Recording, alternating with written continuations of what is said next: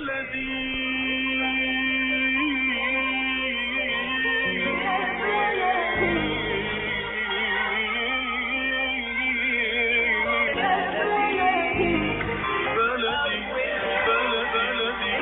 بكل الذين ينضموا للاستماع إلى راديو بلدي أول راديو عربي أمريكي ويعنى بقضايا العرب في المهجر. برامجنا في راديو بلدي كل يوم جمعة من 8 وحتى 9 صباحا مع ليلى الحسيني في بث حي ومباشر وعبر WNZK راديو 690 AM. صباح الخير بلدي، صباح الخير لكل مستمعينا. Welcome to Radio Baladi, the first Arab, Middle Eastern and American simulcast radio show. Radio Baladi is broadcast every Friday morning on WNZK 690 AM from 8 until 9 Eastern Time on Good Morning Michigan with Layla Al-Husseini. Our call-in number 248-557-3300. And now, stay tuned for the best radio talk show on Arab and American issues with your host, Layla Al-Husseini.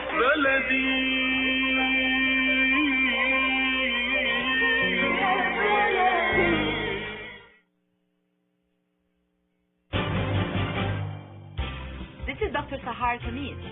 Join me on the third Friday of each month at 8 a.m. Eastern Standard Time.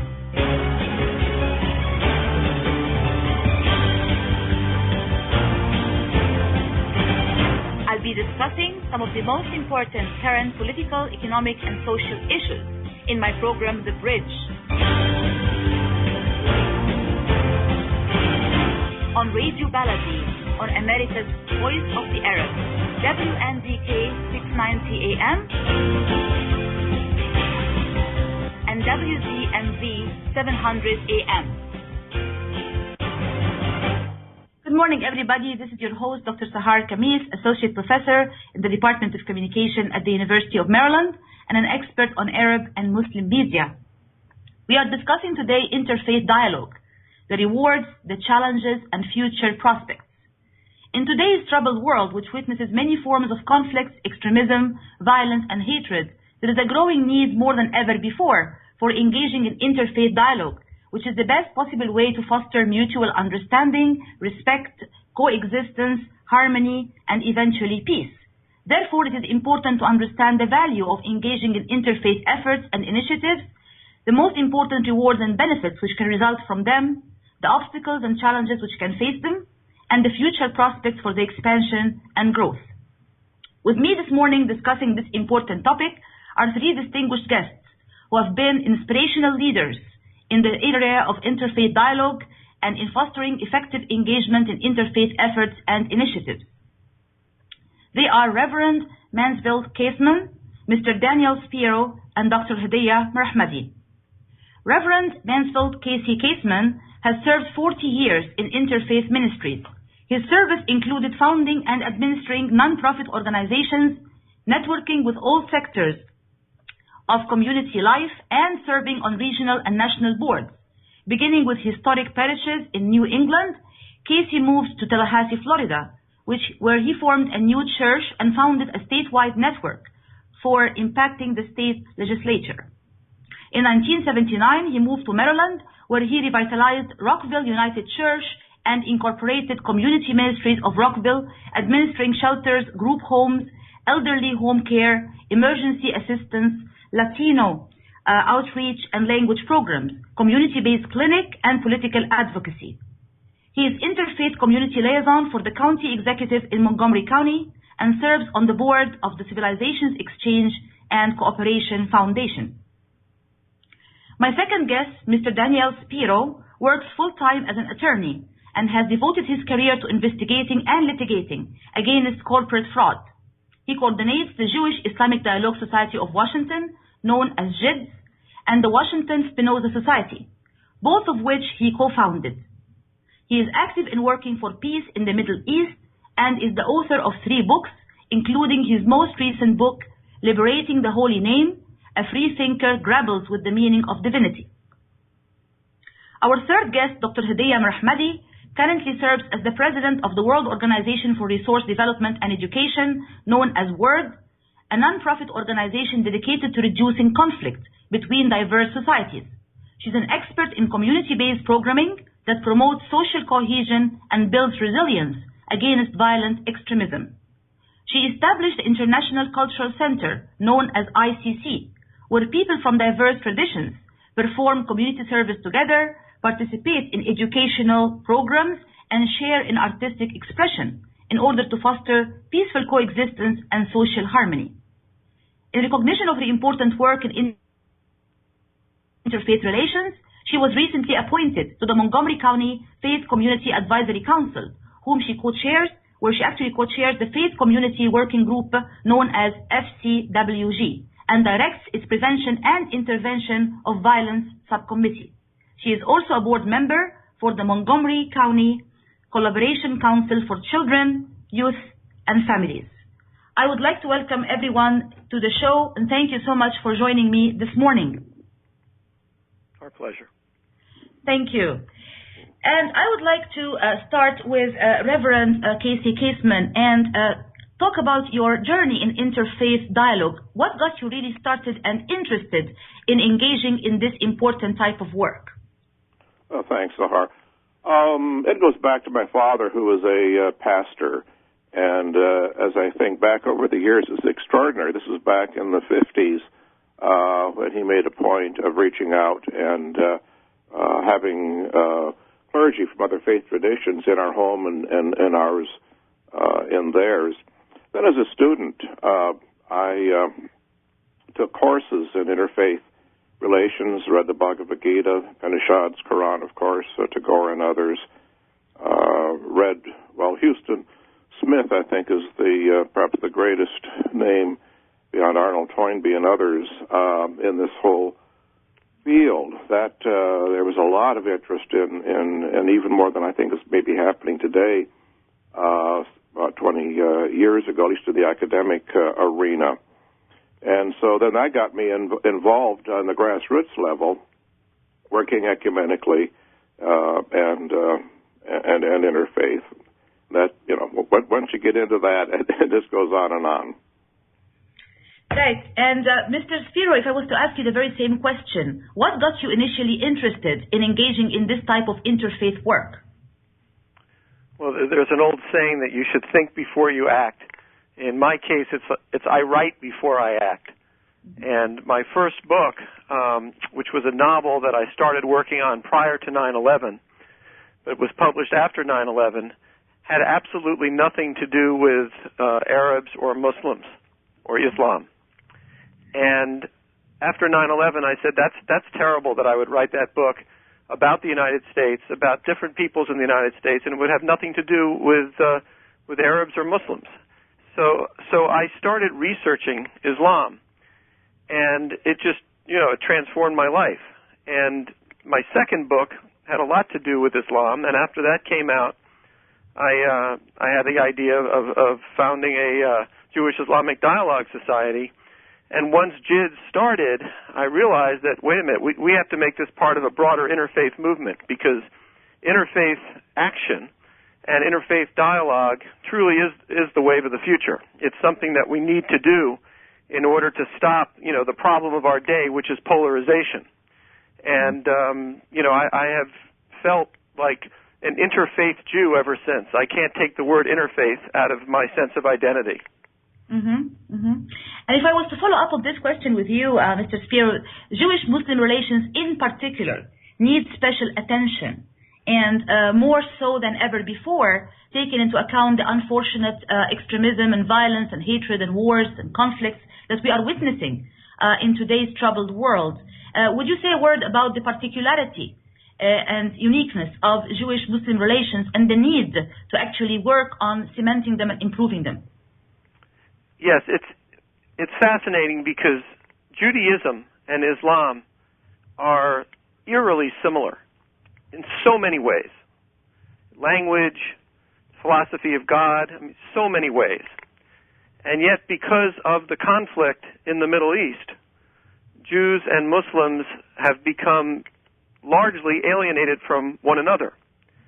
And when you engage in interfaith dialogue between these two peoples, you realize that we're really talking about an intra-family conflict.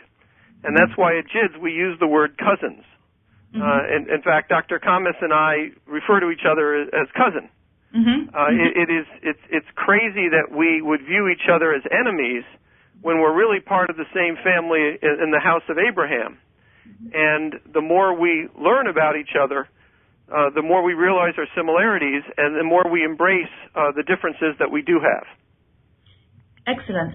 And Reverend Caseman, if I was to also follow up on the area of fighting extremism and violence, I think that the greatest value of interfaith work and interfaith dialogue today is fighting two equal evils: the evil of extremism and violence on one hand, and the evil of non-religiosity, or people drifting away or moving away from religion altogether, on the other hand. Your own work has also focused on things such as standing up for the other, fighting hate speech, organizing conferences and events where members of different faith communities come together to show solidarity with and for each other. Can you please shed some light on this particular area of your own work and why it's important? Well, people, I think, you read the news, especially where we are living in the Washington, D.C. area. The local news is the international news. And so on the surface, it seems like, the world's kind of like literally going to hell in a basket. But below the surface, back to the kind of relationships that Dan has just described, you find people wanting to reach out and be connected. And it's through those relationships that you find hope, and more than that, you find dear friends, people that you come to trust and to like and just want to be with, even though your different faith traditions or ethnicities, whatever, may, again, back on the surface, it could be that you're in other parts of the world literally at war. So, and we find on the local level things we can do together when we're focusing not on the differences, where you're not getting into comparative religion, but what you're getting into is meeting a common need for hunger, for instance, or for health care, or for working with the public school system in the area of cultural competency and training people, helping people to understand each other. That becomes very rewarding. People respond to that very positively. And I think in particular when people see people of different faith communities standing up for and with each other, like when, for example, there is the unfortunate incident of the anti-Muslim ads that were posted on some of the buses in the Washington, D.C. area. And you have, really inspired the idea of having some kind of collective conference, involving members of different faith communities to show solidarity and to say no to this kind of hate speech. The same could be said about other types of hatred, anti-Semitism, hatred against Jews, against any other group, Sikhs, any other faith community. I think there's a particular importance in people seeing people of different faiths standing for and with each other against hate speech. Would you comment a little bit on this, please? Yeah, that's a good example. One of the committees that I've organized is the Clergy Response Team. We have clergy from Eastern and Western faith traditions on call 24/7, responding to any act of hate or violence. And that means a lot, not just to those who are being discriminated against. Or one quick example, last year a menorah was stolen and desecrated from in front of a Jewish home. And in response to that, we were invited in with an imam, with the chair of the Board of Interfaith Relations for the Muslim Community Center, with a Buddhist monk, with Episcopal, Presbyterian, Methodist, Unitarian clergy, of course, a rabbi, and others.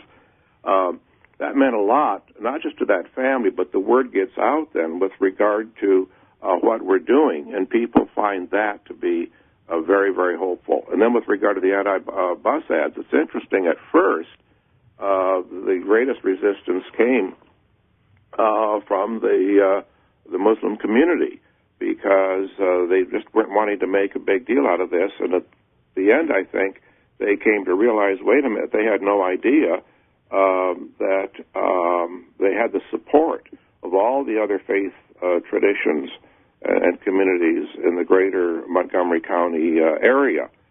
And this turned into be all but a kind of a love-in among us. And there was real appreciation for the fact that we felt it was important. Now, we weren't doing it against, if they had not said okay at the end to doing this, we wouldn't have done it. But at the end, the last to leave were leaders from the Muslim community saying, thank you. We had no idea that we had this kind of support. There's this much solidarity coming from our brothers and sisters in other faith traditions.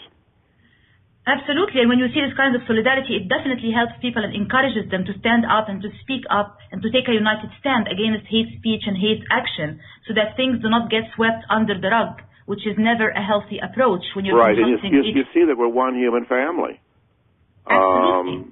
And that what's most important here is that we're coming together, acknowledging that the integrity of love is far more important than the purity of our respective doctrines or, traditions. And when we come together in the name of love, seeking justice and basic human rights for everyone, people, whether you're religious or not, are drawn to that and want to be part of it. Absolutely. And we will revisit again this particular important point right after this commercial break. Stay tuned, please. Senabriku for all your Metro Detroit real estate needs. 248-755-3494. Whether buying or selling, short sales, foreclosure, or investment for both business and residential, call Senabriku, owner and broker of St. Jude Realty, at 248-755-3494. If you're facing legal problems, it's time to get the right attorney working for you. Ziad Gossett is experienced in foreclosure defense, eviction, and real estate law, as well as immigration matters, workers' comp, bankruptcy, business law, and all criminal matters. With attorney Ziad Gossett in your corner, you won't have to fight alone. Call 248-680-7300. That's 248-680-7300. Ziad brand. Quality products from our family to yours. Ziad Brothers Importing offers the finest quality products, including brands like Sultan, Kraft, Nestle, Hook, Rico Picon, Donna, and many more. Ask your retailer to carry these fine products because you deserve the very best. For more information, visit our website at www.ziad.com. That's www.ziad.com. Ziad, quality products from our family to yours.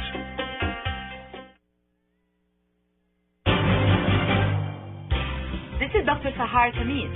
Join me on the third Friday of each month at 8 a.m. Eastern Standard Time.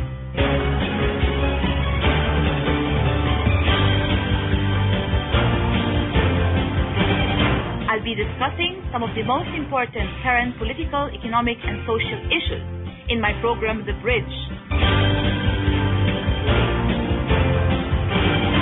On Radio Baladi, on America's Voice of the Arab, WNDK 690 AM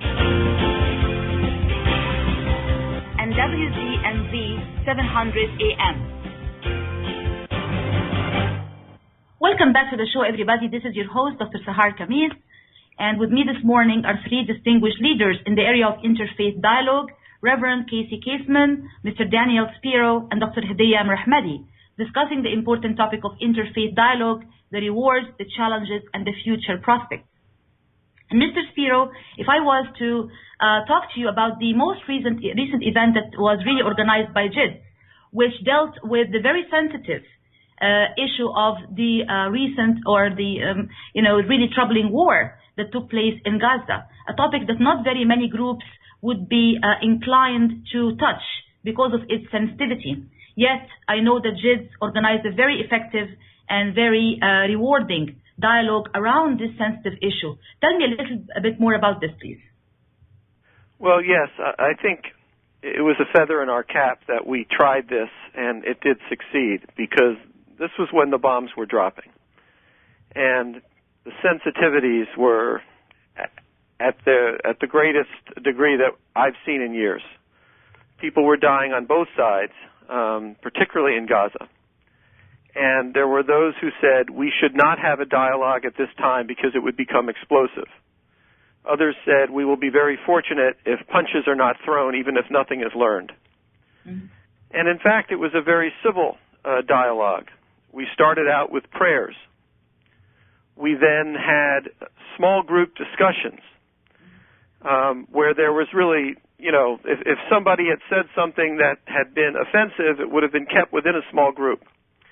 And then when that was over, we had the facilitators of these discussions, who were all, trained or experienced in facilitating dialogues. They would report back on what the group said, but there was nothing incendiary that was relayed back. And I thought that, as a general matter, this was every bit as civil as any other JIDS dialogue we've had. Mm-hmm. And really, that's the key to this organization. It's a combination of civility and friendship. Mm-hmm. To give you an example of the latter, mm-hmm. we have a member who is, who's Muslim and who was trained to believe that the Torah is a holy book but a corrupted text, whereas the Quran is a perfect text. And he would voice this sentiment early on in the history of JIDS. Mm-hmm. And then the Jews would say, wait a minute, our text is corrupted and yours is not? And then other Muslims would start laughing about this whole notion of, in an interfaith dialogue, doing this. And then finally, even the gentleman who would say that started laughing about it, like, this is all part of our growing experience. Mm-hmm. We really need to respect all of these holy texts. And the idea of saying one is corrupted and the other isn't, it just has no place in this sort of enlightened 21st century world. And so, some people might say this is a problem, but, this is really what has happened in this organization. We have become friends and we have become a community, and that has enabled us to have a dialogue on such a sensitive topic at such a sensitive time. Right, and that's a unique experience.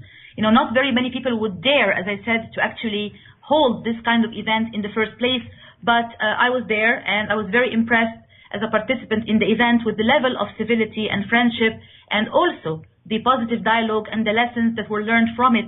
And I think it was a combination of all the things you mentioned, having a sense of community and also at the same time breaking people up into small groups, having skilled moderators, and having the power of prayers in the room. So I think it's a model that we would need to spread to other groups and to other interfaith communities, which makes me ask you the question of how can I add a quick footnote to that?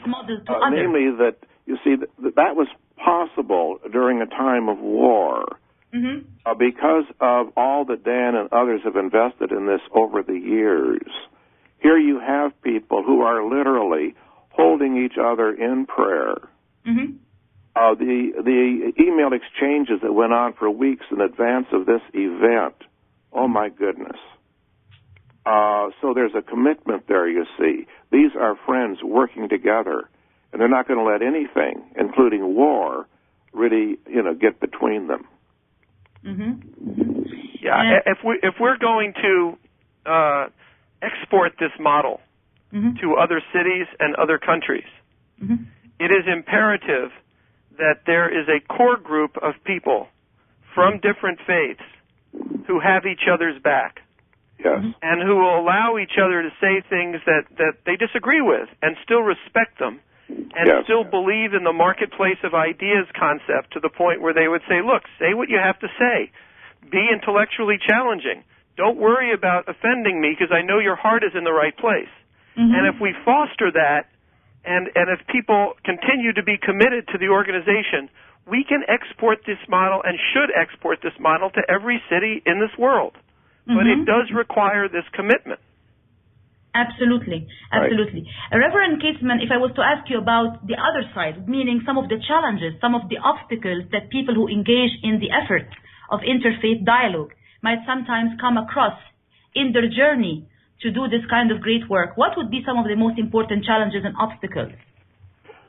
Well, I think it begins with the very nature of religion. It's a conservative, conserving kind of institution, if you will. And that's not a negative comment. We are all essentially dependent, interdependent, if you will.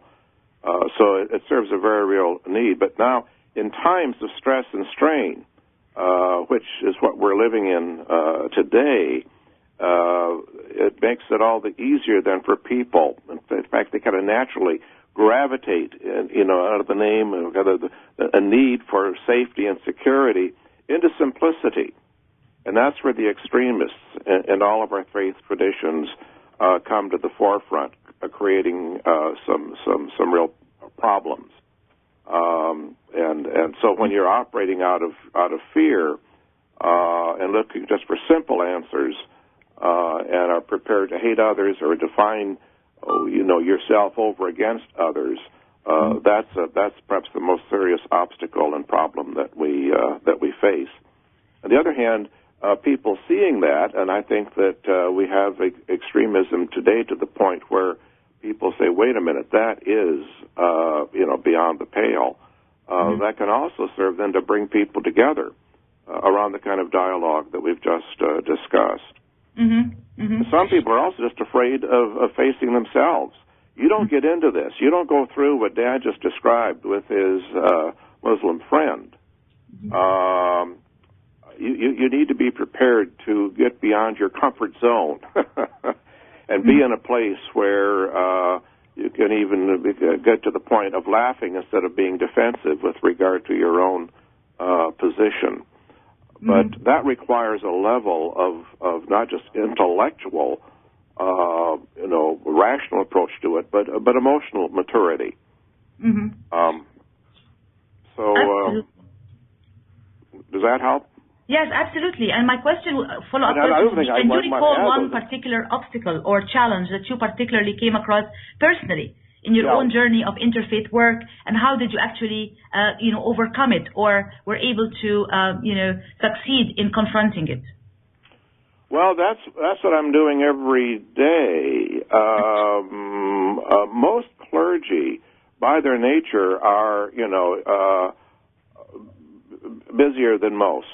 And so getting their attention, and when they're, and in many cases today, at least where we are, they're building new edifice. I call it the edifice complex. And it's true across the board, regardless of your faith tradition.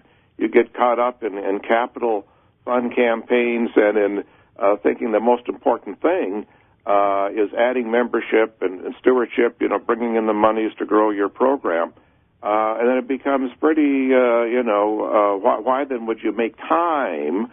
Why would you commit yourself to the kind of discipline that we've just talked about that's necessary to be really engaged in building in the area of interfaith relations?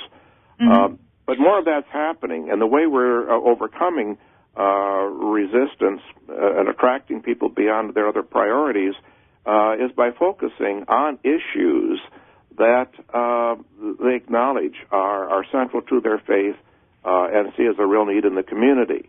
And that's in the area of health care, of hunger. Another one of the things I do that helps to bring clergy in, by the way, is I'm shepherding them through the planning and permitting departments of county government.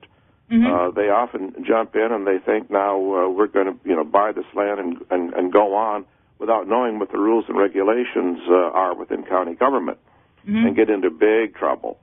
So when I can help them on that front, it gives me an inside track then to helping them see that it might be helpful to be at least meeting people down the street or around the corner from other faith traditions.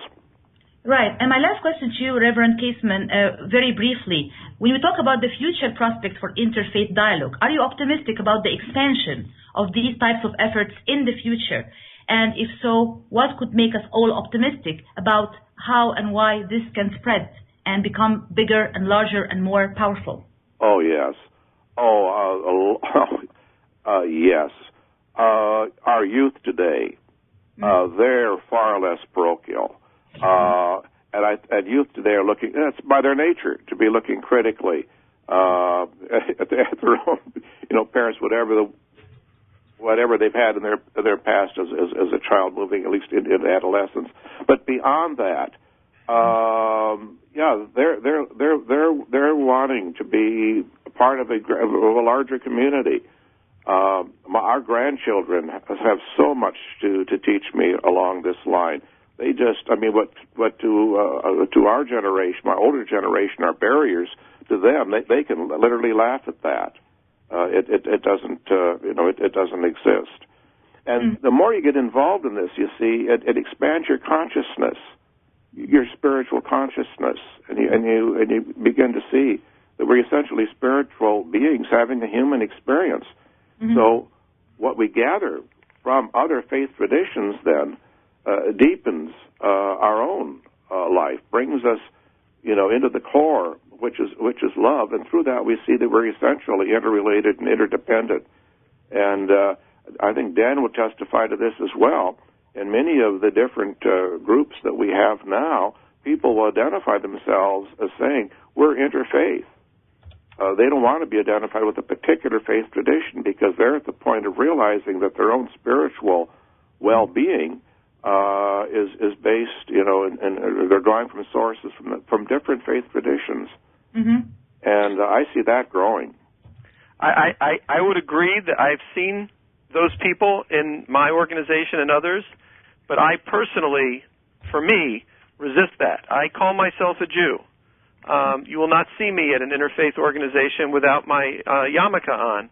And I do not discourage people from keeping their faith, but embracing the interfaith movement. I think you can do both. And for me, I want to do both. I think it's important that we all do both, keep our own identities, and at the same time be, engaged in interfaith dialogue openly and warmly and candidly with others, while knowing who we are, where we're coming from, but also embracing others with love and care and friendship. And we will revisit all of these topics right after this commercial break. Stay tuned, please.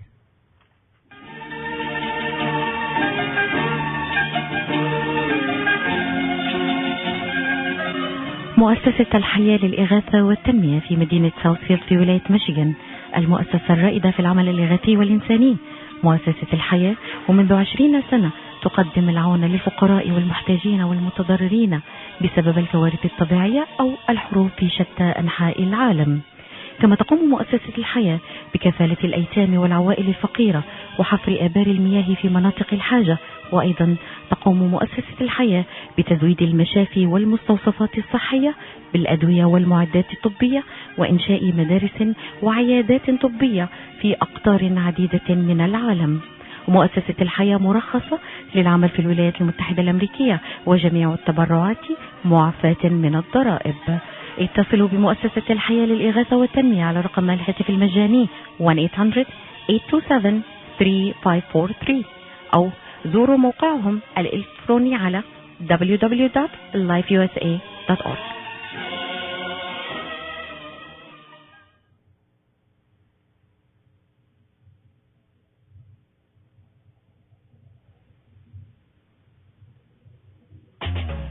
Jumana K-Ruse. You've seen her images on giant billboards across the metro. Jumana K-Ruse. You've seen her images on buses across the city. Now get to know Jumana K-Ruse. The war broke out in my home country, Lebanon. I was 11 years old, and I saw a lot of bloodshed and inequality and poverty. You can't grow up in an environment like that and not be affected by it and not want to make a difference. I graduated from Yale University with a master's in ethics. I speak 4 languages. It has always been innate in me fighting for the underdog and trying to do whatever it is I can to make a difference in the world. Let Jumana K-Ruse protect your rights. Call the law offices of Jumana K-Ruse at 1-866-YOUR-RIGHTS, extension 100, or visit yourrights.com. This is Dr. Sahar Khamis. Join me on the 3rd Friday of each month at 8 a.m. Eastern Standard Time.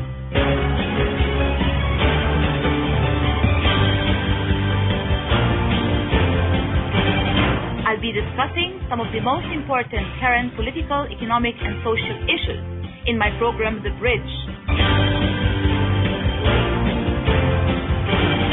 On Radio Baladi, on America's Voice of the Arab, WNDK 690 AM and WZMV 700 AM. Welcome back to the show, everybody. This is your host, Dr. Sahar Khamis, Associate Professor in the Department of Communication at the University of Maryland and an expert on Arab and Muslim media. And we are discussing this morning an important and current topic, which is interfaith dialogue, the rewards, challenges, and future prospects. And with me this morning to discuss this topic are three distinguished leaders in the area of interfaith dialogue efforts: Reverend Mansfield Casey Caseman, Mr. Daniel Spiro, and Dr. Hadiya Merahmadi. And Dr. Hadiya, if I was to ask you about your own engagement in interfaith work and interfaith dialogue and how it all started, what got you inspired or interested in engaging in this kind of work? Can you please comment on that? Sure, absolutely. First of all, thank you for having me on the show. I really appreciate it. I was born in the United States, and I didn't actually realize there was a need for interfaith dialogue, I think, until much, much later in life and much later in my career. I really felt the post-9/11 Muslim family and youth especially were feeling increasingly alienated from the rest of American society, and I felt it was really important to do something positive to weave the fabric of our communities back together. Yeah, and can you comment a little bit on your, engagement in particularly and founding of the ICC, the International Cultural Center? I think plays a very important role in this regard or in this domain. Can you talk a little bit about this? What inspired you to found the ICC in the first place? Sure. And it was basically that motivation where I felt there was a lot of interfaith dialogue opportunities, but it was important for us to commit to social action and other issues of mutual concern together, bringing Muslim and non-Muslim families to sharing community service, to advocate for certain issues and policies that were important to us, to basically commit to civic duty and engagement together. So my organization founded the International Cultural Center to create a place, kind of a safe space where these kind of activities could occur. And I know you organize things such as, for example, the Youth Against Hunger, other types of, hands-on types of activities. Sometimes it's also artistic work, engaging people from different faiths through art. If you can comment on these two particular efforts, people like youth working together against hunger and also engaging in art as a way of mutual, interfaith dialogue and commitment. Sure. So the Youth Against Hunger program is our signature program, and what started as a small community effort has now grown to over 150 people from all over the county that come to participate. We make over 800 sandwiches, 2,500 packs of cereal, and this goes to 200 pounds of vegetables chopped up fresh to give to our local area shelters. And what is really remarkable about this effort is the feeling of mutual respect and understanding that is fostered between the families and the participants because they're working together towards a common goal, and that is trying to alleviate hunger. We also have a guest speaker that comes every month to talk about a particular social issue or an activity that's popular in the county these days, so that we're also educating young people about how to retain their commitment to community service. So our schools in Montgomery County have these things.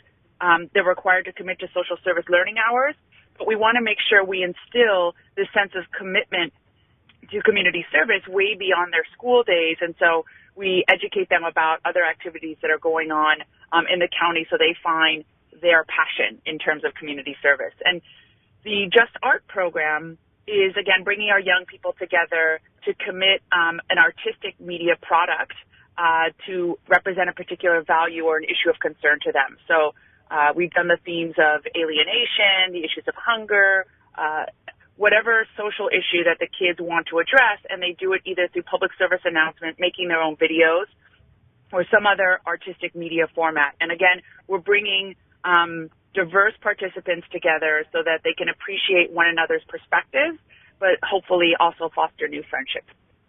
Excellent. And Mr. Spiro, I also know that JID, Jewish Islamic Dialogue Society, engages in certain types of community-based activities and services as well. It is now founding its own social action committee, and you have the Twinning Weekend, which involves young people, both Muslims and Jews, and maybe from other faiths as well. If you can talk a little bit about this important part or aspect of community service and engagement under the umbrella of JID. Well, we have been doing social action events from the very beginning. whether it's working at a food bank or painting a house in a low-income neighborhood, but most recently, getting the youth together. We figure we can accomplish two things in one. We can first bring the youth together for dialogue and just to get to know each other and see each other's prayers and hear each other's music. But I think that, working together hands-on to clean up a public park or to help the homeless has just been an important component of what we do. More recently, there has been an interest in having a social action committee that goes above and beyond what I just described, and that is devoted so far to fighting the scourges of anti-Muslim and anti-Jewish sentiment, and in fact, violence against these peoples. And I'll be interested in seeing how far we can go with that, because one of the things that brings us all together is that Islamophobia and anti-Semitism just has to stop. And the question is how to do that, and what can a dialogue society like JIDS accomplish? It's something that's still at a fledgling stage, but I'm looking forward to seeing what we can accomplish there. Absolutely. And I want to also talk a little bit about your most recent book, Liberating the Holy Name, A Free Thinker Grapples with the Meaning of Divinity. What inspired you to write this book, and how does it link in to your own journey of interfaith work and commitment? Well, this is an interfaith book. And it's the fourth time I've tried to write a book on God. Each time I tried in the past, I said, I'm not really sure that's what those are my deepest thoughts, and so I put it aside, and I started doing this when I was in my 20s.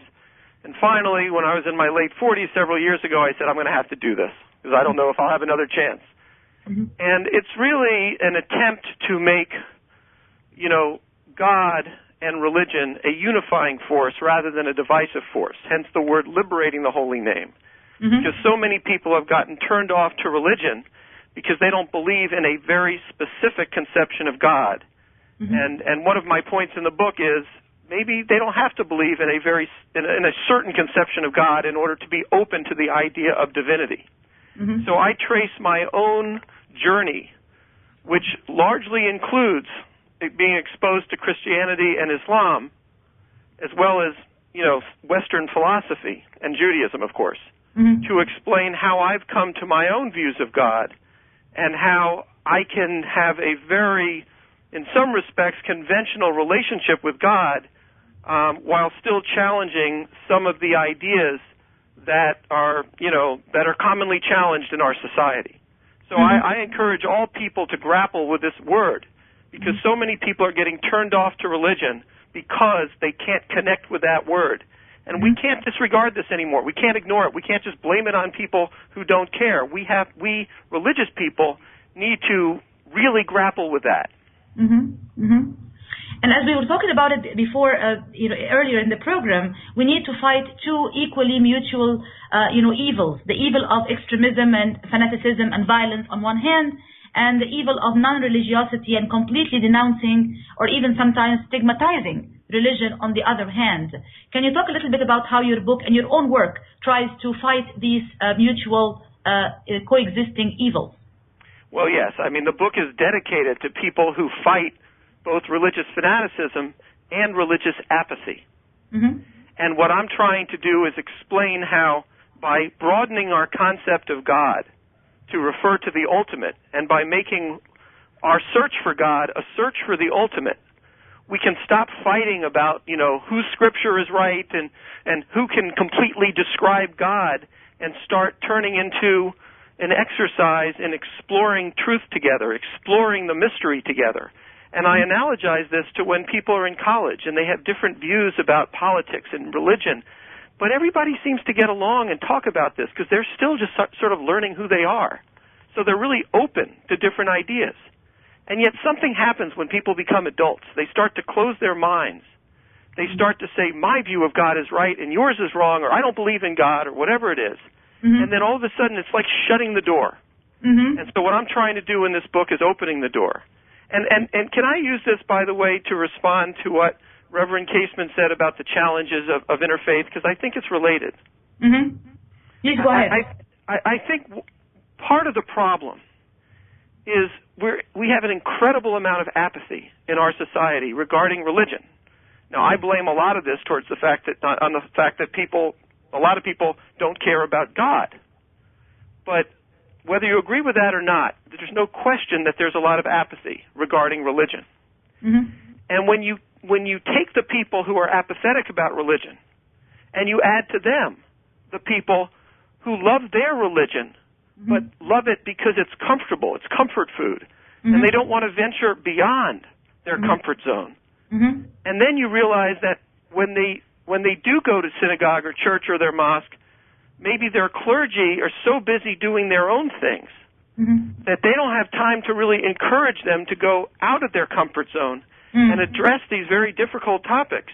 You can see that while on the one hand everybody says they're pro-interfaith, on the other hand, the commitment to it is kind of shallow. And what we need is for people to realize this and say, I'm going to really commit myself to this. I'm going to make this a big part of my life. And that's when things will change.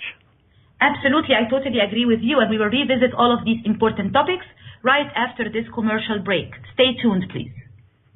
If you're facing legal problems, it's time to get the right attorney working for you. Ziad Gossett is experienced in foreclosure defense, eviction, and real estate law, as well as immigration matters, workers' comp, bankruptcy, business law, and all criminal matters. With attorney Ziad Gossett in your corner, you won't have to fight alone. Call 248-680-7300. That's 248-680-7300. Senabriku for all your Metro Detroit real estate needs. 248-755-3494. Whether buying or selling, short sales, foreclosure, or investment for both business and residential, call Senabriku, owner and broker of St. Jude Realty, at 248-755-3494. Ziad brand. Quality products from our family to yours.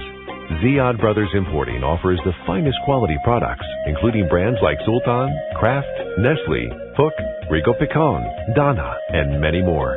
Ask your retailer to carry these fine products because you deserve the very best.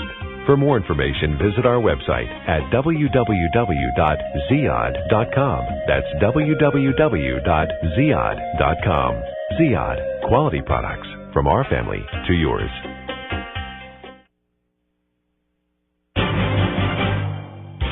This is Dr. Sahar Kamiz. Join me on the third Friday of each month at 8 a.m. Eastern Standard Time.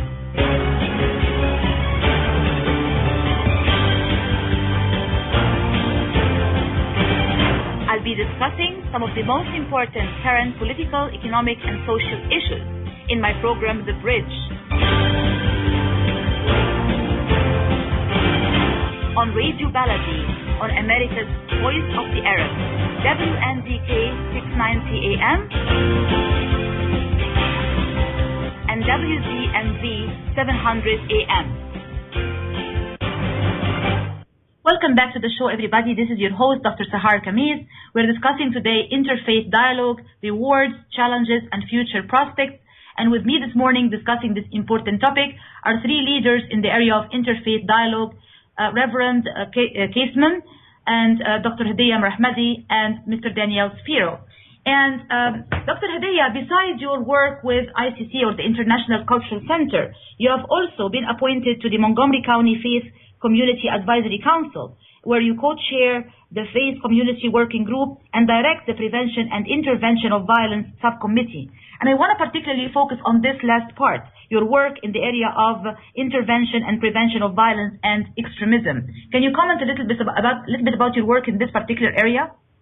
Sure. It's actually quite exciting. It happens to be my area of subject matter expertise is countering violent extremism, especially those related to deviant principles that relate to Islam. And so we were able, after the Boston bombing, to form this subcommittee between Muslim and non-Muslim participants who really wanted to be committed to understanding the precursors of violence and violent extremism specifically, but also empowering our community to be able to intervene.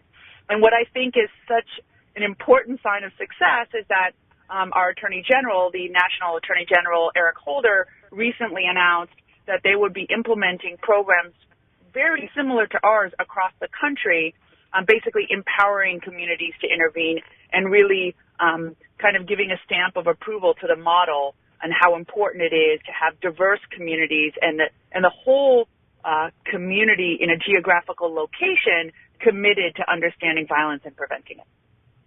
And I think there has never been a time where this is needed more than now with all these threats we are seeing around the world and all violent groups. And I know that ICC, the International Cultural Center that you are, the co-founder, director of, is also organizing an important event that's coming up soon, which is about ISIS and the threat to homeland security. Would you like to talk a little bit about this?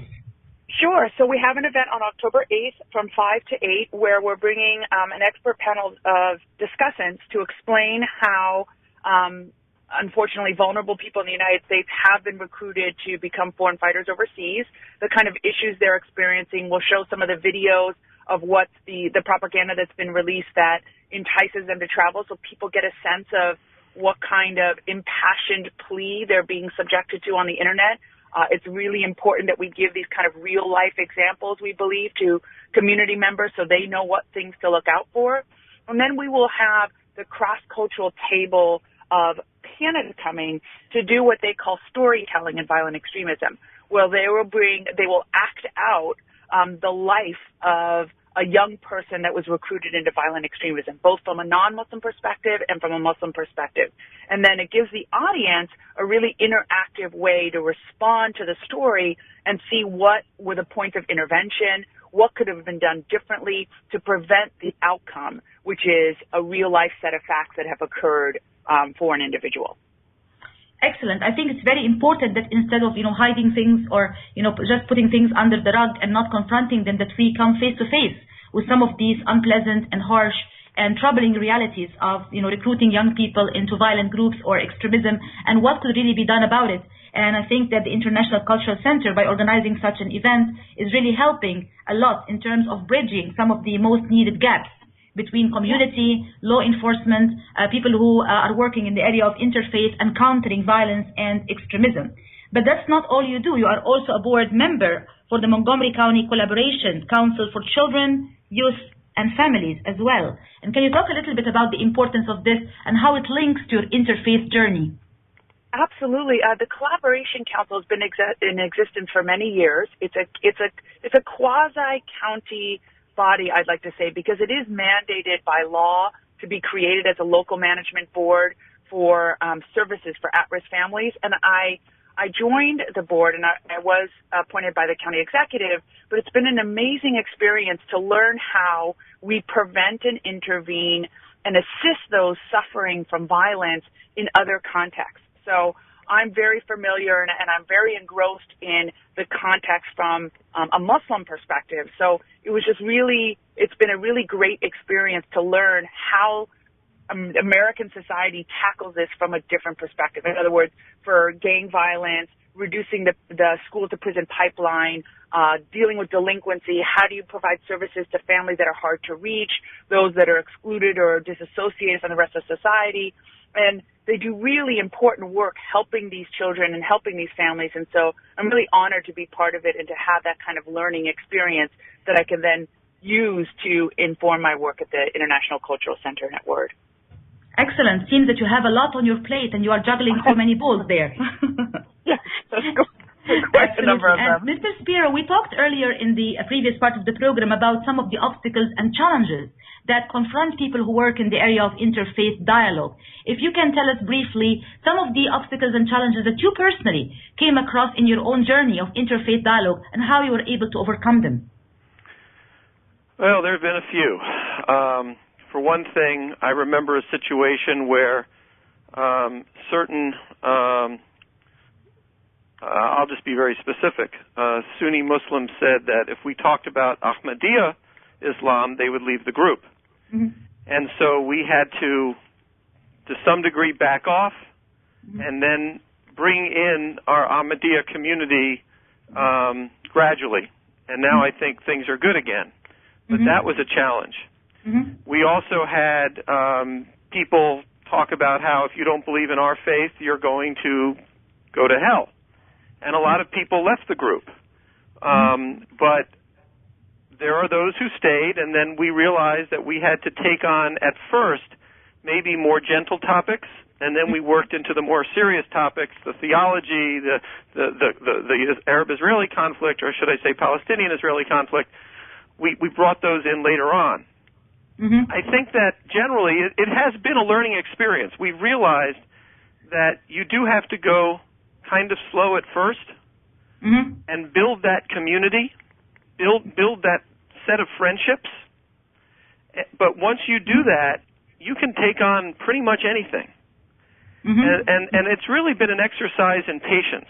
One of the most rewarding aspects of this entire process is that, to the extent I work in the movement to help make peace in the Middle East, I have seen a number of people lose patience for those groups, but those of us who I've seen as active in the interfaith movement almost always stick around. They have the patience to listen to people who disagree with them and remain, dutiful and committed. And that's one of the most important benefits of this type of organization. Another, which to me is perhaps the most important, is that if you study these other religions and you're Jewish, it just makes you a better Jew. And I would say the same thing for Muslims and Christians and Buddhists, etc. You become more enlightened. It's like having a sixth sense when you learn these other faiths. And I'm talking about at the deepest sense. I'm talking intellectually, not just spiritually and emotionally. You become intellectually more mature. And that kind of benefit is priceless. So, yes, we have these challenges, but if people stay committed, and with the help of organizations like Dr. Miramati's, which I'm a huge fan of, you can find support, and you can make this work in any city in the country, and it's worth it. Absolutely.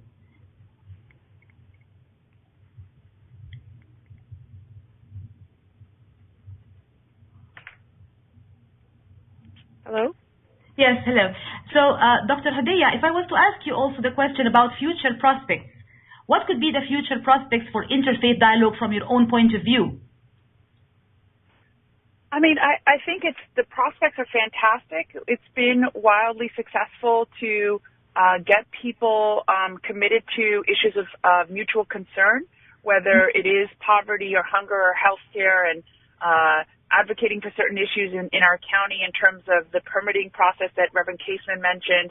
The only thing I do worry about, especially as a Muslim, is, God forbid, a terrorist attack. And I don't know how much resiliency we've built up in American society. I hope quite a bit, but that may do considerable damage and undo the fabric and the hard work a lot of us have done. So I really pray for the safety of our nation and of our people, and that doesn't set us back.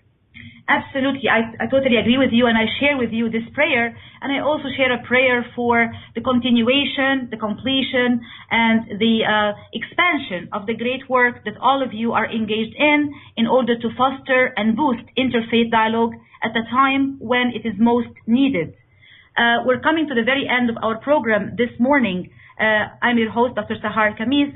With me this morning discussing the topic of interfaith dialogue, rewards, challenges, and future prospects were three distinguished guests and leaders who worked in the area of interfaith dialogue for a long time: Reverend Mansfield Casey Caseman, Dr. Hadiya Rahmadi, and Mr. Daniel Spiro. I'd like to thank you all, not just for being my guests this morning, but most importantly, for all the great work that all of you are doing in this area. Thank you very much.